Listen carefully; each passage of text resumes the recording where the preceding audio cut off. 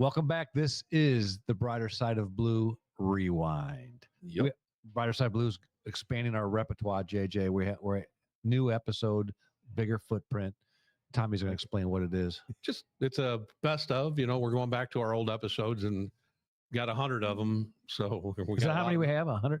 I mean, we've almost been at this 2 years, and 52 and 52 is 104. And That's pretty good, Tommy. It's getting close. And when we have other episodes that we put out there, in between. And so, yeah, we're going to go back and get the best of moments from these clips. And we're going to put out short little clips. And we really want to know how you guys like this. When you guys view this, it's a 10-minute clips.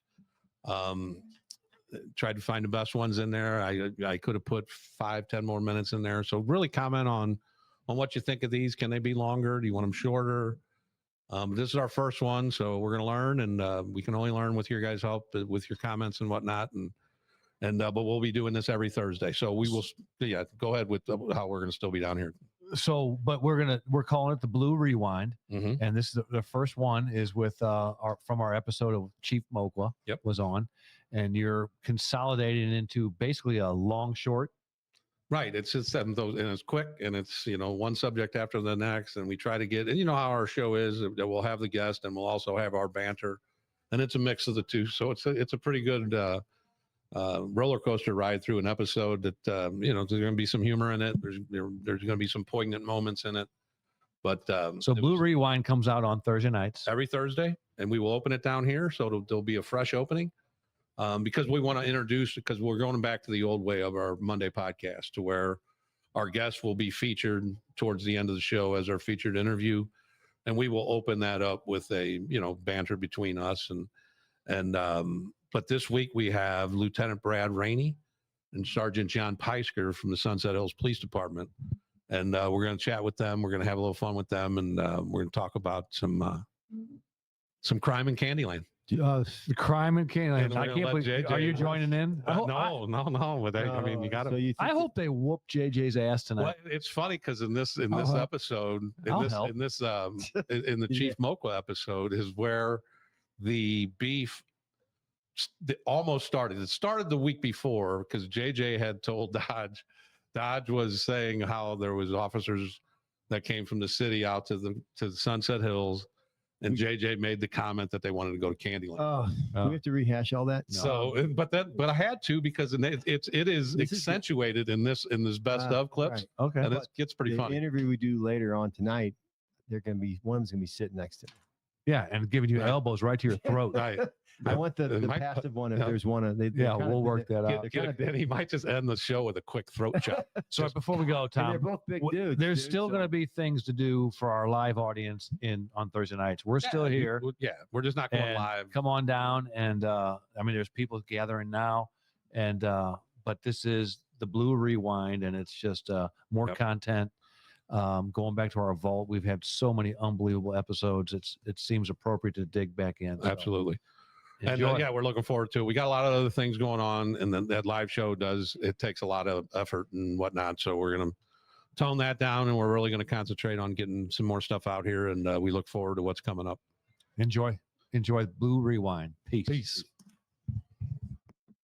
Welcome back to the Brighter Side of Blue. As promised, we are excited about what we think is the best chief of police, the 32nd chief of police for the city of St. Louis. Chief Joe Mokwa. Can I say one thing? Just one. This is the You're going to use it right now? This is the most nervous I've ever been on 53 shows. He was a chief's chief, and he was you didn't want to make him mad, or you didn't want to disappoint him. That is very true. No, but you retired in 2008, and you went and got a degree, didn't you? I was a therapist for 12 years. For drug-addicted people, but they were the same people I saw in the police department, so we had a lot in common. I don't mean the policemen. I mean, actually, I would get people that were people I had arrested before as clients. Did you recognize any of them? Did they know you? Well, for example, I was doing a group therapy, and whenever a new person came, I would say, why don't you introduce yourself and tell people a little bit about yourself. And he said, well, you know me. You slapped me around on university for a time. I didn't really slap him around. I think you made that up. Would you do it all over again? I know the answer. Oh, sure I would. I mean the podcast. Oh, the podcast. I do the police department for sure, because I told you jokingly, but if there's one guy that I Well, okay, first of all, Harry Hager, hey, we were best friends for probably 20 years. Lived together a couple of times. He's probably one of the best. He may be the best policeman I've ever seen. I got to ask you a question we ask everybody, pretty much. Who was your mentor? Well, Larry Akeley, and I got to know him, and then I went to the 9th District as a sergeant and worked for him, and then I went to technology with him. He was the best guy at teaching the ropes about how the police department works and how to conduct yourself, because most of my career, I'd like to say laughingly, but I was goofy, and I was doing all the stuff that policemen do that might not be the best conduct always, to behave in, or just being overly aggressive. And Akeley taught me a lot about that. Well, this particular day, and Major Walsh had just passed away like a week before, and we come in and Joe's all somber, and he's saying, hey, I need to talk to you guys. He goes, crime's up and arrests are down, our clearance rate's not what it used to be. There's a lot of pressure, and everybody's getting like really sad, because we're used to having fun at roll call. And he's like, things are kind of bad right now. So everybody's kind of looking at each other like all disappointed. And he goes, well, at least for the next few weeks, we can blame it on Major Walsh. And everybody just broke down. Everybody was on the floor. This is one of the most memorable things that I experienced. That it was so, my brain was so aware of it. I went to a luncheon in like one of the big hotels downtown one afternoon. They're going to give a bunch of business people awards. And they make you stand out in the hallway and they ring a bell and you can go in. Well, I walked in and sat really toward the rear so I could walk backwards and get out when I wanted to. But I'm sitting there, and some person I don't even remember is sitting with me, and I'm in my dress uniform, and people are coming by and saying hello to me. And I told, and this person said, Chief, you might be the most popular guy in St. Louis. And I said, you know what? If I put this coat on a mannequin, he'll be the most popular guy in St. Louis. But you know what the point of the story was? My brain knew that, but my heart didn't. And when I retired, it really hurt not to be the most popular guy. Does that make any sense? It's like you can know Sure that, does, you can know that, but you don't really realize it until you really experience it. And it's like, damn, they didn't really like me that much. They both mentioned the fact that the Petties wanted to kill you. And what did you do? What did you do to spawn that on? No, I think the truth is, I think Lorenzo, I had like 2 foot pursuits with him where I caught him with pistols. And I think he thought it was like a personal thing, like I spent all my time trying to get him. And really, I was spending all my time trying to get everybody. I think he just took it really personal. He followed me.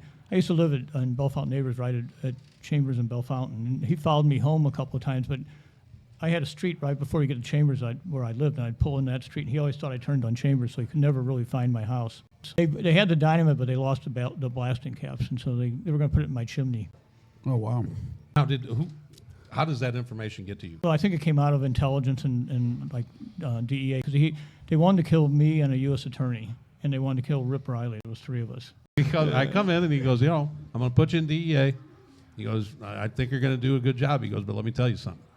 He goes, if you kick me in the balls, I'm going to kick you in the balls a lot fucking harder. I didn't say that. Yes, Yes, you did. That's right up your alley, right there.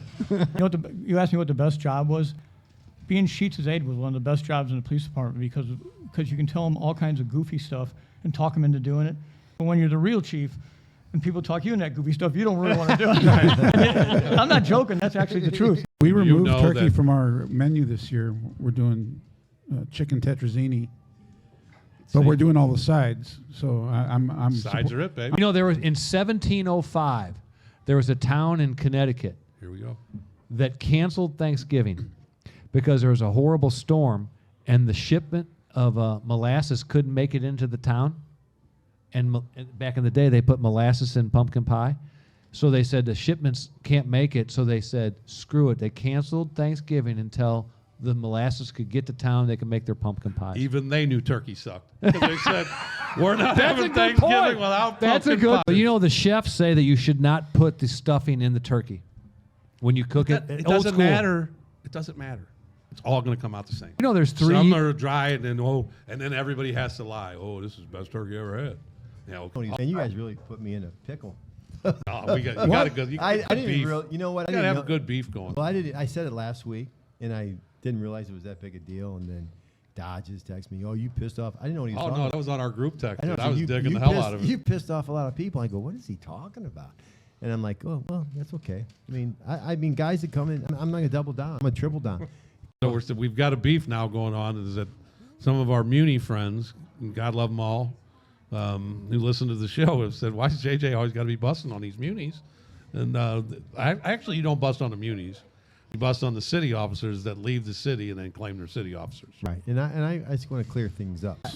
Any person, any man or woman that puts on a badge on their chest and a gun on their belt, I respect that. But anyway, and I got a little ribbon from my comments I made last week about you can't claim to be a city police officer. I just said I apologize for anybody who puts a gun and a badge on their and they go to work. It's a dangerous job, no matter where you work. You never know who you're stopping. But my only beef was, and I know I didn't. You should stop right there, JJ. But you think every time someone asks someone what they do, they automatically say, "Well, I work here, but I used to work in the city." Is that what you're saying? If they worked in the city, absolutely, they say that. And why do they do that? To give them In your credibility. brain. Give them credibility. Because otherwise they don't have credibility. Is that what you're saying? No, but they want to brag that they were city coppers. We'll never So speak. now you're being honest. Now, you know what? I don't really care anymore. I just know that Yeah, okay. I know this Right, thing, though, Steve. right. We'll never So speak. now you're being honest. This I is am. good though, JJ, because now you're being honest right now. But I'll just say about this, the way you feel. Chief Steve. I will never speed through Sunset Hills or Brentwood again. I do the security for the soccer stadium. And I swear this is a true story. This just happened Monday night. I'm standing there, minding my own business. A young man walks up. Well, I swear this is exactly how it went down. He says, "Well, when I graduate, I'm going to be a police officer." I go, "That's great." I go, "Come to the city, brother." He goes, whoever hires me first. I go, "Come to the city, be a great job for you." He goes, "Well, I already did an internship in Peoria, where I drove around in Peoria, East Peoria. I didn't know what that means, but he drove around East Peoria, and he says, I rode around this copper for a while. He was really cool, and he used to be a city cop. I said, "You're kidding." I go, "What's his name?" And he says it. I didn't recognize it. I said, "Well, how long has he been on?" He says, "I think he was on like over a year and a half." I said, "Well, you tell him if you see him again, he can't claim to be a city copper." Now Now we're you're having people call people. He actually said over a year and a half. He's a little over a year. And I said, he can't claim to be a city copper. He's just over a year. And the kid looked at me so confused. I go, "I'm just kidding with you, buddy." But I was standing next to another commander, and he looked at me like, "Have you lost your mind, dude?" I go, "But you played in great to my podcast, buddy." And I gave him you got to listen to the Brighter Side of Blue. Are you No, sitting on Just when it anything comes- over there? I do have a good zen. Let's for get in the for mood because Chief you stress Mokwa. us out with this beef and Tommy's hatred of turkey. We need to bring it down a notch before you start. No. Based on your style of leadership at serious scenes and how that worked for you, the Michael Brown incident, it changed police. It started the change of police work forever, and I think for the worse. With your style at that scene, do you think that might have been mitigated? Because it seems like the community was starving for information at the scene, and they just weren't getting any word from the Ferguson Police Department. Whereas your style of leadership, you went, gathered the information immediately, and put it out and gave them the facts immediately at the scene. Do you think that could have made a difference? There's That too was many awesome. stories we couldn't touch, right, Tommy Malachek? You'll probably have to delete all this. No, we won't. And you know Thank what? You so much. Communities that support law enforcement are safer places to live. Peace. All right, people.